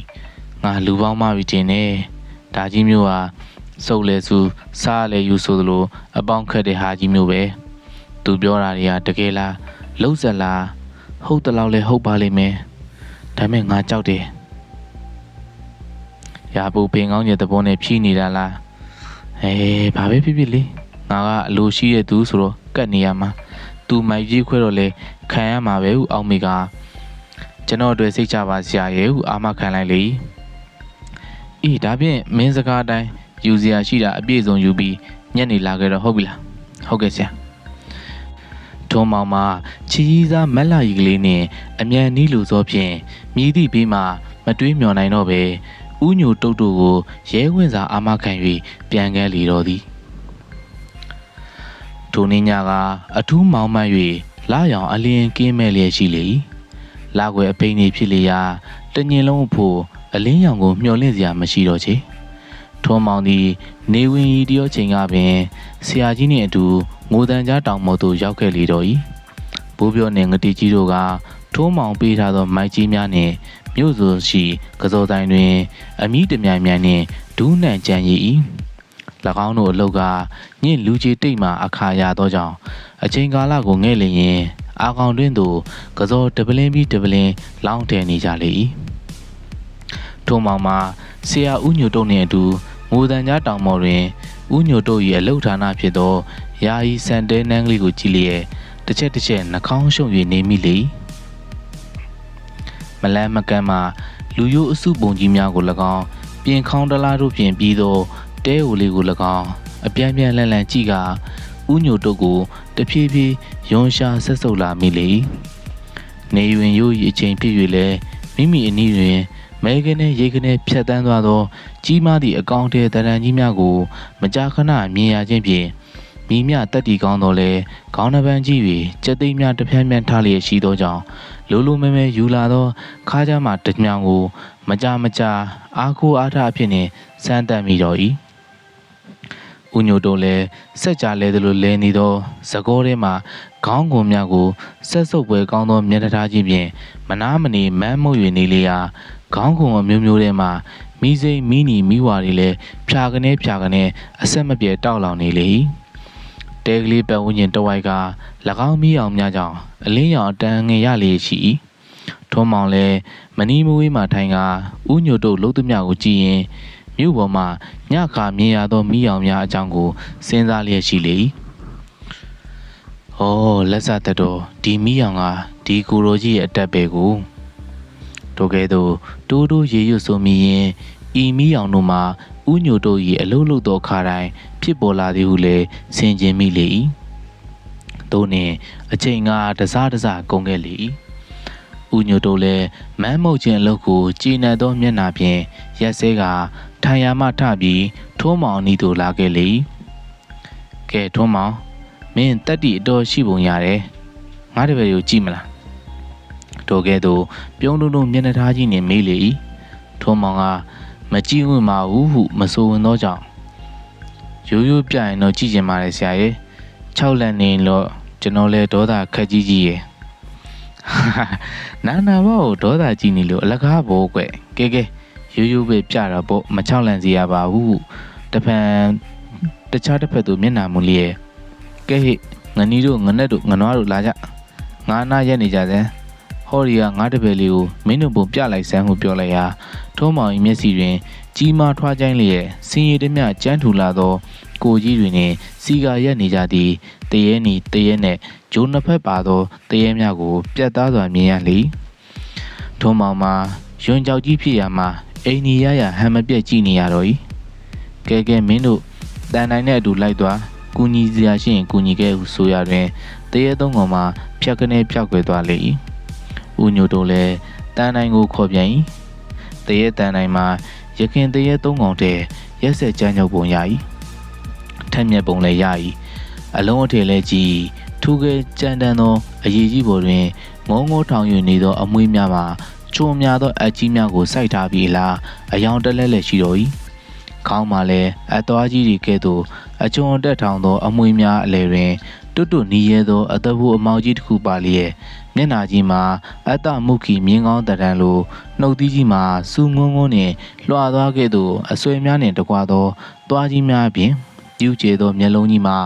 လေးတောင်ဝမ်းကြီးများဖြစ်၍အစိမ်းရောင်တွင်ရဲတောက်မျက်စံကလေးများမှာမကြမကြည့်နိုင်အောင်စူးရှာလာပြီထုံးမောင်ကတန်တိုင်းကိုကြမကြည့်ရတော့သလောက်ဖြစ်လာ၍ကြောက်စိတ်လုံးရှိသည်မဟုတ်တော့လေမြင်ရချက်ဆိုးဝါး၍အစင်မပြေလာသောတရဝါကိုကြကြည့်မြင်လိုစိတ်မရှိသည်ဖြစ်ဦးညိုတို့သည်တန်တိုင်းအားခံညာအောင်မြင်သောအတန်ကြီးနှင့်မက်လာ၏အိမ်ကိုလမ်းညွန်က မက်လာရီကိုလိပ်ပြာရောလူပါခေါ်လာရန်အမိန့်တော်ပြန်လေ၏တန်တိုင်းလဲခေါင်းညွတ်ခါဝန်ခံ၏ဦးညွတ်တို့ကကဲသွားတော့မက်လာရီရေးကြီးတစ်ပေါက်မစင်ရအောင်ငါတန်ရောက်ဆောင်းကြီးခဲ့ရမယ်ငနီတို့တစုလည်းမင်းနဲ့အတူခေါ်သွားငါလူနှစ်ယောက်ကလည်းနောက်နောက်ကလိုက်ပြီးစောင့်ရှောက်လိမ့်မယ်ကဲသွားတော့ထိုကဲ့သို့ပြောလိုက်ပြီးတဲ့နောက်တန်တိုင်းလဲပျောက်သွားလေ၏အချိန်ကညင်းနေလာလေပြီထုံးမောင်သည်မိမိလက်ပတ်နာရီကိုလက်နေတံမိအောင်နဲ့ထိုးကြည့်ရာ12နာရီခွဲနေသည်ကိုတွေ့ရလေဦးညိုတို့နှင့်ထုံးမောင်တို့လည်းတဲကိုရှေ့မောင်းတဲ့သို့စူးစူးစိုက်ကြည့်ကမက်လာရီကိုမျောဆောင်လျက်ရှိလေထုံးမောင်စိတ်ထဲတွင်ကမက်လာရီလာလင်ဤတောင်ပေါ်တွင်နေသင့်မနေသင့်စဉ်းစားလျက်ရှိရာနာနာဘာဝတရေတစီရီကြား၌မက်လာရီကိုမထားလိုသောကြောင့်ဆရာဦးညိုတို့ကိုတော်အောင်ကြည့်ပြောကတော်သိရသို့ခေါ်သွားမည်ဟုစိတ်ပိုင်းဖြတ်ထားလေဟေးအိတ်ချင်ပြီလားကွဟာဘယ်အိတ်ချင်မလဲဆရာရဲ့စောနေပဲဒီလာတော့မှာပါကွာဟိုးပြောရင်ဆိုရင်မှောင်နဲ့ကတလှုပ်လှုပ်နေပါလေထုံးမောင်သည်ဆရာဦးညိုတို့ပြရစီသို့လက်နေတံမင်းနေထိုးကြည့်လိုက်ရာကြောင်းမဲ့ပွဲအစင်းတန်တန်ရှိသောတရေတန်နိုင်သည်တတိအလင်းမရအိတ်မွေချခံရသူကဲ့သို့ဖြစ်နေသောမက်လာရီလေးဟာလက်ရက်ကရက်ခါဖြင့်ဆွဲညုတ်ခေါဆောင်လာနေသည်ကိုတွေ့ရလျက်မက်လာရီနောင်နာမှာဘူးပြောနေငတေကြီးတို့ငိန်သက်စွာလိုက်ပါလာသည်ကိုတွေ့ရလေ၏လက်နေတံမီရောက်မှအလျားလိုက်ထိုးချလိုက်သည်ဖြင့်ရှေ့ဆက်နောက်ဆက်လာနေကြသောအချင်းရာတစုကိုအလုံးစုံမြင်ရပြီလင်စိတ်ညုတ်ခံရသူပမာမျက်စိစုံမိတ်ကသပင်ဖားရနှင့်ကဘိုးကယိုလိုက်ပါလာရှာသောမက်လာရီကလေးမှာငကူကလှရတွင်ရင်ဆဆတနာစရာအသွင်ကလေးဆောင်းနေရှာတော့၏အစကတာမင်ညသာဟုထင်ခဲ့သောဦးညိုတို့မှာ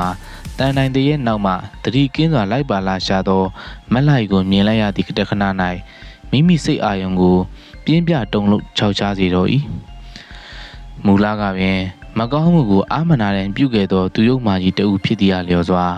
ထိုမြို့ကလေးတွင်မိမိတွေ့မြင်ဆက်ဆံလိုက်ရဖူးသောမိမမျိုးကလေးများတဲ့အစာပေါင်းများစွာတာနေသူမက်လာရီလေးကိုအတွေးနောက်ကျလေခြင်းဟုစိတ်ကညှဉ်းညူလိုက်မိပြီလင်အနီးတွင်ဇောထက်တန်စွာနှင့်မျော်လင့်နေရှာသောထုံးမောင်ကိုပင်သတိမရဘဲလောဘကြောဆွေနေလေတော့၏ဆရာမက်လာရီပါလာပြီဆရာ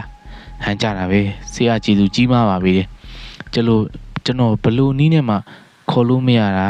ဆရာဆွမ်းကြောင့်အလွယ်တကူပါလာတာပဲဆရာရဲ့ထုံးမောင်ကအားရဝမ်းသာပြောလိုက်မှဥညိုတို့တတိယပြီးစားမှန်ရသောခွေးကြီးလားထုံးမောင်ကိုမျက်နှာထားကြီးနှင့်စိုက်ကြည့်လေတော့၏ထုံးမောင်ကရုတ်တရက်မူပြောင်းလာသောဆရာကြီးကိုအံ့ဩဝမ်းနည်းစရာကြည့်လျက်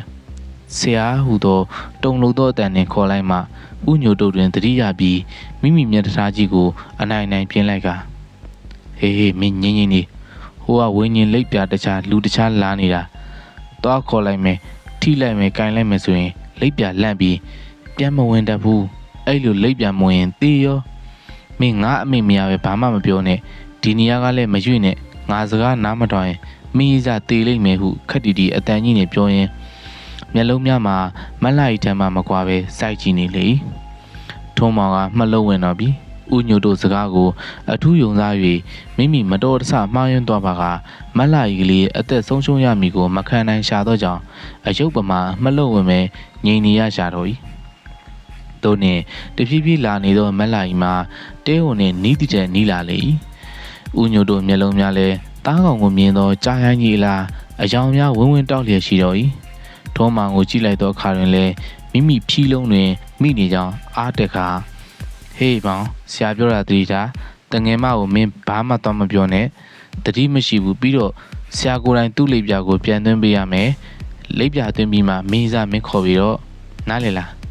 ကဲအခုဆရာသူ့ကိုဟောဒီနောက်ကအခန်းထဲသွင်းပြီး3ရက်လုံးလုံးလိပ်ပြသွင်းရမယ်မင်းအပြင်ကစောင့်နေဟုပြောရထုံးမောင်မှာဘာမှမပြောတာတော့ပဲဒါရိုက်တာစီစဉ်သမျှဖြစ်နေရရှာ၏အစားကလိပ်ပြသွင်းမှုအကြောင်းမိမိမသိဆရာကလည်းမပြောမက်လာရီကလေးပါလာလင်ပါလာခြင်းအတူတွဲရချစ်ပွဲဝင်မိဟုသာကျင်းသေးပေါတွက်ထားမိရာတွင်ယခုကဲ့သို့အရေးတဲ့ရောက်မှဆရာအကန့်အကွယ်ခံရသဖြင့်ရင်ထဲတွင်တိတ်ခနဲဖြစ်ရရှာ၏သို့သောဤရေးကချစ်သူ၏တေးရေးရှင်ဖြစ်လျာထုံးမောင်နှင့်တစုံတရာဆင်ခြင်မဝင်နိုင်ငေးငံရည်သာနေရရှာတော့၏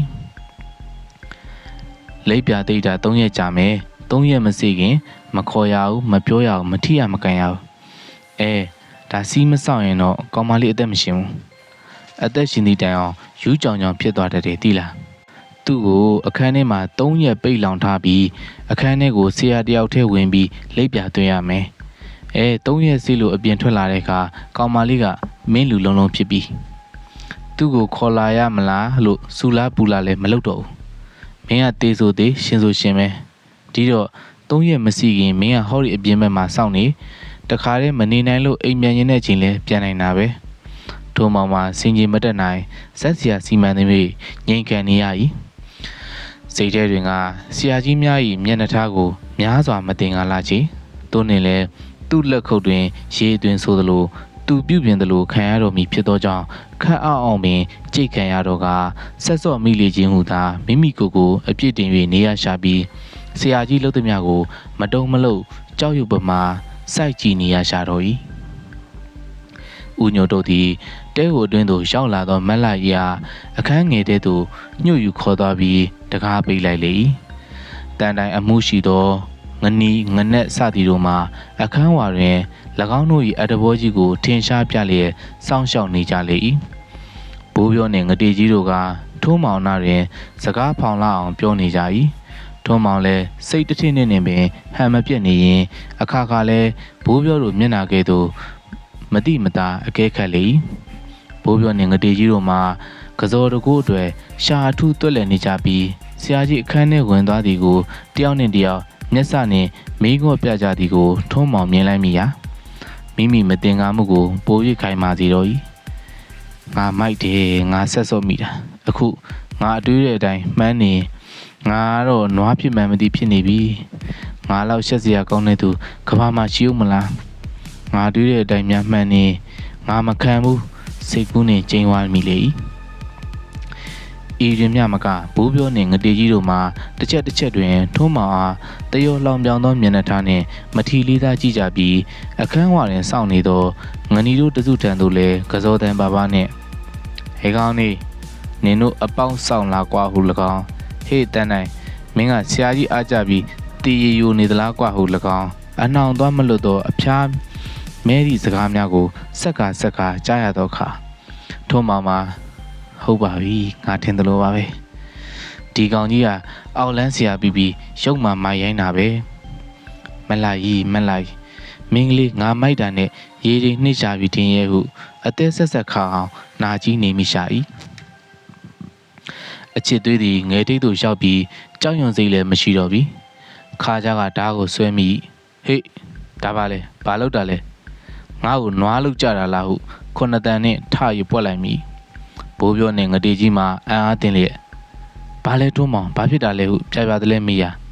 ဘာဖြစ်ရမှာလဲခမည်းတော်လောက်တာဘာသဘောလဲဟုထပ်သူပြန်လေခဏကြာတော့ဥညိုတို့ထွက်လာ၏မျက်နှာကခက်ပြောင်ပြောင်ထားလျက်ခုနင်ကဘာဖြစ်ကြတာလဲဒီလိုဆိုရင်ကောင်မလေးဒုက္ခဖြစ်လိမ့်မယ်ဟုမျက်နှာထားနဲ့ပြောရာထုံးမောင်ကဥညိုတို့ကိုမှုံကိုအောက်တူးသောမျက်နှာထားနဲ့ကြည့်နေမိဥညိုတို့သည်ထုံးမောင်အားအတိတ်ပါသောပြုံးချင်းပင်ပြုံးကြည့်လိုက်ရာမောင်တို့မောင်အခုဆရာလုံနေရတဲ့အလုပ်တရားမင်းအတွက်လုံနေရတာဖြစ်တယ်မင်းစိတ်ထဲမှာရှိတဲ့စိတ်ရိုင်းတွေကိုထုတ်ပြလိုက်စိတ်ကောင်းကောင်းထားနေပြီးတော့စောစောကဆရာပေါ်မှာမင်းထားတဲ့ဂရီတွေကိုလည်းပြန်စင်စားဘလို့အလုံးမျိုးမဆိုဆရာသားရှိတယ်ကွာထိုကဲ့သို့ပြောပြီးထုံးမောင်သည်ငြိမ်မခံနိုင်သည့်အစုံဒေါသတန်နှင့်ခံပြောမိအပြုတွင်ဥညိုတို့ကလက်ဝါးနှင့်ကာ၍တစုံတရာမန်းမုံလိုက်သည်တွင်ထုံးမောင်မှာရုတ်တရက်သတိလစ်ပြီးနှင့်မျောသွားလေ၏ထုံးမောင်၏ထက်တန်စိတ်ဆိုး၍ဇောကက်လျက်ရှိသောဝိညာဉ်သည်တန်တိုင်းငနီငနက်ငနွားစားသောတရေတို့၏ဝိညာဉ်များနှင့်ပြေးတန်းလိုက်တိုင်းကစားနေရတဲ့ကဲ့သို့ရှိလေ၏တခါတရံမိမိကိုထွက်ပေါက်မရအောင်ဝိုင်းထားလျက်တခါတရံမိမိလက်လွတ်ထွက်ပြေးလာသည်ကိုအမိရလိုက်ဖမ်းကြရနှင့်ပြေးရလွှားရအမောကြီးမောနေကြောင်းသိရလေ၏သို့နှင့်နောက်ဆုံး၌ကအချိန်ပေါင်းမြည်မြရက်ပေါင်းမြည်မြကြာသည်မသိထို့မောင်အိယာမှနိုးလာသလိုဘာကနဲ့လက်ရင်နိုးလာပြီးလျင်မိမိအားစိုးရင်စားပွေးပိုက်ထားသောမက်လာကြီးလေးကိုတွေ့ရသဖြင့်ကြပြခရထတိုင်ကမက်လာဘာဖြစ်ကြတာလဲအခုကျုပ်တို့ဘယ်ရောက်နေကြတာမေးလေးအားမက်လာကြီးမှာထ ထုံးမောင်တတိယလာသည်ကိုအားရဝမ်းသာဖြစ်ကြသည့်မျက်နှာကလေးနဲ့ကိုထုံးမောင်တတိယပြီလားမလီမက်ရီစိုးရင်လဲရတာကိုထုံးမောင်ရဲ့ဟုအကောင်းပကတိငကိုအတိုင်းချစ်ခင်ရွရစွာမေးရှာလေ၏ထုံးမောင်မှာမိမိဆက်စော့မိ၍ဖြစ်ပြီးရေရင်နှိရှာပြီးကိုအတက်သည်သို့သောမက်လာရီကလေးမှာထိုခါကသတိလက်လို့နေရှာသည့်အလျောက်မိမိဘဲဘွားရောက်ခဲ့သည်ကိုယခုခါလုံးဝသိရှိသတိရှိရန်မတူသဖြင့်ထုံးမောင်၏အသေးနှလုံးကိုသွေးဆက်ဆက်နှင့်ရေနွေးအဖြောခံရသလိုဖြစ်သွားပြီလျှင်အပြစ်ကင်းရှာသူကလေးအားတနာမရှုံးအောင်ရှိလေ၏ဝမ်းနေစရာအဖြစ်ပြက်တို့ကိုမသိအောင်မိမိကသာဖုံးပြီးထားရန်တာဝန်ယူလိုက်မိတော့၏မက်လာရီသူ့အဖြစ်ကိုသူသိရင်သူကိုယ်တိုင်တောင်တက်တည်ခြင်းရှာမှာငါမပြောဘူးသူ့ဖြစ်ကိုငါကိုယ်တိုင်အသက်ထက်ဆုံးမသိအောင်ငါဖုံးပြီးလှုပ်ထားတော့မယ်ငါမိုက်လို့ဖြစ်ရတာသူ့အပြစ်မဟုတ်ဘူးငါအပြစ်ကိုငါသာကြိတ်ခံမယ်မက်လာရီကိုတေးတပံတက်တဆုံးထင်းပုံကောင်းချပေါင်းတော့မယ်ထိုခွေးမသားကြီးတော့လားကွာမကြည့်ဘူးတင်းတနေ့ခွေးတည်စီရမယ်တင်းကအောက်လန်းဆရာမို့ပညာဆွဲနဲ့မပြိုင်နိုင်မယ်ပဲနိုင်တဲ့နည်းနဲ့ကလေးသားချီမယ်ခွေးမသားကြီးတိရောပေါ်ဟုတယောက်တည်းကျင်းသွားကမက်လာရီကိုဝမ်းနဲ့လိုက်လေအသေးနာလာသောမျက်လုံးနဲ့ခက်ပြုံးပြုံးကလေးစိုက်ကြည့်နေမိတော့၏မက်ရီဒီကိုဘယ်သူပို့လိုက်တယ်လဲကျုပ်တတိမိနေတာဘယ်လောက်ကြာပြီလဲမသိဘူးကိုထုံးမောင်မက်ရီလေလူကြီးတယောက်ကကိုထုံးမောင်စီလိုက်ခဲလို့လာခေါ်တာနဲ့ဟိုးဘလို့မြင်လိုက်ချင်မှမသိဘူးဒါနဲ့ဒေါ်ဦးကြီးအိတ်ဒီတုံတိတ်တီလိုက်လာခဲ့တာပဲဒီရောက်တော့တတိယရချင်းမျက်လုံးဖွင့်ကြည့်တော့ကိုထုံးမောင်မိပြီးလဲနေတာတွေ့တာပဲထုံးမောင်ကနားဆိုင်ထောင်ရင်ခေါင်းတစ်ချက်ရန်လိုက်မိပြီမဟုတ်ဘူးဒီရောက်ချင်းငါနဲ့တွေ့တာမဟုတ်ဘူးမက်လိုက်ကြီးဘာမှမသိရှာဘူးဟိုအယုတ်တမကောင်းကြီးမတရားကျင်နိုင်ဟုစိတ်ထဲမှာပြောမိဒေါ်ဘွားကြီးပြည့်တက်ခြင်းမိသို့သောမက်လာကြီးမရိပ်မိစေရန်စိတ်ကိုချုပ်လိုက်ရလေမိမိတသက်ကမကြည့်မက်လာကြီးပေါ်တွင်ကအနှဲငယ်များအညိုးအတွေ့မထားမိမိကြောင့်သူခမမတရားခံရသည်ဟုအစမတန်သနာမိအချစ်စီအချစ်မှန်ဖြစ်၍လေမြည်သည့်အဖြစ်ရောက်စိတ်မပေါက်ပြားရဲ့ကြော်ချီမက်ကြီးအခုလိုအိမ်ကထွက်လာတာသူတို့တော့ရှာနေကြရောမယ်ကျုပ်တို့အဝေးပြင်ကောင်းမလားအရင်တုန်းကပြင်လိုက်ပါလို့ခေါ်တာတော့သူကတိတ်ခေါင်းမာတာပဲအိုးကိုထုံးမောင်ကလည်းမက်ရီစိတ်လေးကိုထုံးမောင်စီကိုတိတ်လိုက်ချင်တာပဲအရင်ကခေါင်းမာခဲ့တာတွေလည်းသတိရတယ်ဒါပေမဲ့အခုတမျိုးဖြစ်နေပြီမက်ရီစိတ်ကိုမက်ရီမနိုင်ဘူးမက်ရီကိုစီးနေမြန်ပြူစားထားသလားကွယ်မက်ရီကလည်းကြမ်းစီအဲ့ဒါတိလားစီးကြောင်မဟုတ်ဘူးမေတ္တာကြောင့်ကိုထုံးမောင်ကမေတ္တာတဲ့နဲ့ညှို့ခေါ်လို့တက်ခိုးရမလိုက်ပါဘူးဆိုတဲ့ကောင်မလေးတခါတည်းမနေနဲ့မထန်နိုင်ပြေးလာခဲ့ရတာမဟုတ်လားကွယ်ဟုဟဲ့မပြတ်ပြောရပြီမဲ့ထုံးမောင်ရဲ့ရင်ထဲမှာစူးပွက်နေတော့၏ငါမတရားဘူးသူတို့မျိုးရိုးခုံကိုစောင့်ထင်းပြီးလူကဲ့ရဲ့မခံရအောင်နေရှာတဲ့မိန်းကလေးကိုငါမတရားသွေးဆောင်ခေါ်ယူမိတယ်ငါမတရားပြုမိလို့ငါမှယောက်ျားတကားတို့မခံနိုင်တဲ့ဒုက္ခအခက်အခဲကြီးကိုရင်ဆိုင်တွေ့ပြီးခံလိုက်ရပြီမက်ကြီးလည်းငါကြောင်ဟုစဉ်းစားကမိမိမိုက်ပစ်ကိုမိမိတစ်သက်လုံးခေါင်းငုံခံရန်တန်တိတ်တန်ချလိုက်မိလေသို့သောမိမိထိုးပြုမှုရခြင်းမှာချစ်လွန်းလာသဖြင့်ပြင်းထန်သောအချစ်တန်ကိုမခံမရနိုင်သည့်အပြင်မိဘချင်းလည်းတက်စီးဆက်လို့မရမက်လာကြီးကလည်းချစ်လာစေကမူတက်ခိုးရမလိုက်ဟုသောကြောင့်ကြံရမရညံကူရခြင်းများဖြစ်သည်ကိုမိမိတူဒီသာအတီးဆုံးဖြစ်တော်၏ကဲမက်ကြီးသွားကြစို့ဒီနေရာမှာကြာနေလို့မတော်ဘူးအခုဘယ်ရောက်နေပြီလဲနောက်ဘယ်သွားမှလဲကိုထုံးမောင်ဒါငိုတန်ကြားတောင်ချင်းမှာပဲကျုပ်တို့အိမ်ကိုပဲသွားကြပါစို့ရှက်စရာကြီးတခြားကိုသွားပါဒီနားလဲကြာမနေနဲ့မက်ကြီးကြောက်တယ်ဟိုးအခုမှတော့မထူးပါဘူးမက်ကြီးလာပါအိမ်ရောက်တော့အခန်းအောင်နေတာပေါ့ထို့သူပြောကမက်လက်ကြီးကိုချော့မော်ခေါ်ဆောင်လာခဲ့ရသည်တွင်မြို့ပြင်ရောက်မှထုံးမောင်၏မိဘများနှင့်မက်လက်ကြီးမိဘများတရင်ကြားနှင့်စူပေါင်းလိုက်လာကြသည်ကိုတွေ့ရလေ၏နှစ်ဦးနှစ်ဖက်သောမိဘများလည်းခင်းလူမိသားဖြစ်နေသောတားနှင့်သမီးကိုအားအနှောက်အယှက်မပေးကြရတော့များမက၎င်းတို့မှာ3-4ရက်အရက်နှက်ဆက်အောင်ရှာဖွေနေရကြောင်းယနေ့မှကစောသမားလူမိုက်ဘူးပြောကငိုတန်ကြားတောင်ချေတွင်တွေ့မြင်ခဲ့ကြောင်းပြောမှခေါ်ရန်လိုက်လာရကြောင်းဤ ဤမြဆိုးဝါးကြမ်းတမ်းသောငိုတန်ကြားတောင်ကြီးသို့တောရပါမည်လားအခြားနေစရာသွားစရာမရှိတော့ဘူးလားဟုဝိုင်းဝန်းအပြစ်တင်မိဘနှစ်ဖက်တို့က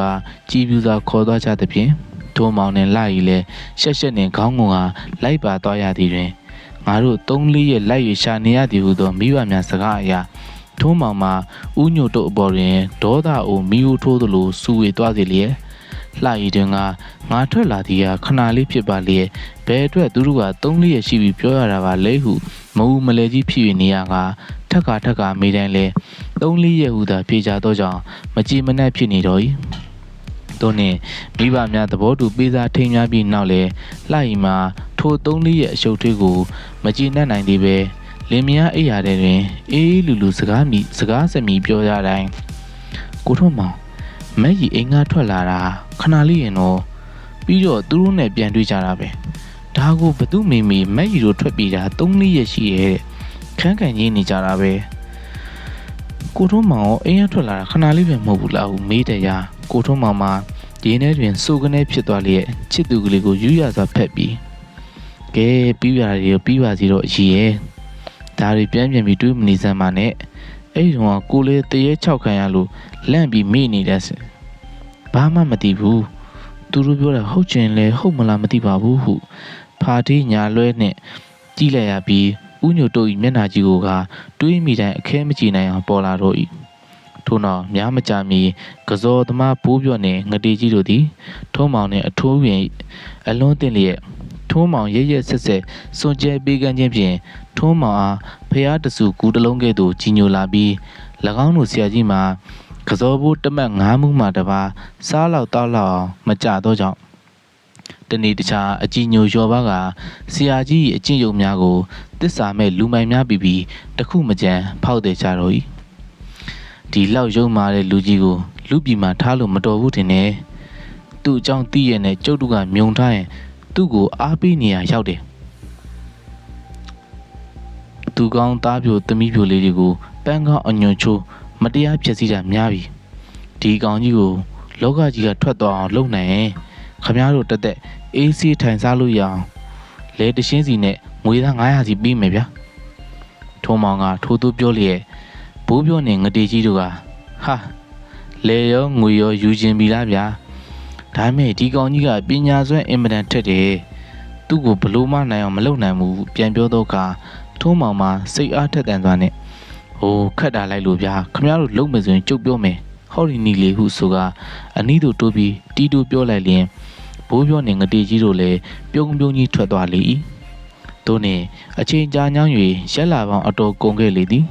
ထုံးမောင်သည်အိမ်အောက်တွင်စပားပြီးနှမ်းပြီးချင်းငူယူလာသောဧည့်သည်တစုနှင့်အလုရှုပ်နေစဉ်အိမ်ပေါ်တန်း၌လှရီမှကလေးပကက်လွှဲ၍နေတော့၏မြို့စင်ကြီးဘုံရရှိဘိန်းတော်ဆရာကြီးဦးညိုတို့၏ဆိုင်းဘုတ်လေးလည်းလောကကြီးတွင်မှပျောက်ကွယ်သွားလေပြီဆရာကြီးဦးညိုတို့တောရွာသို့ဆေးကုလိုက်ရမှာအစိမ့်မိလို့တေးရှားပြီးဟုသောသတင်းမှာ၎င်းတို့အိမ်နီးပါချင်းများထံတွင်စကားသံမတိတ်သေးမီကစောသမားဘိုးပြော့နှင့်ငတေကြီးတို့မှ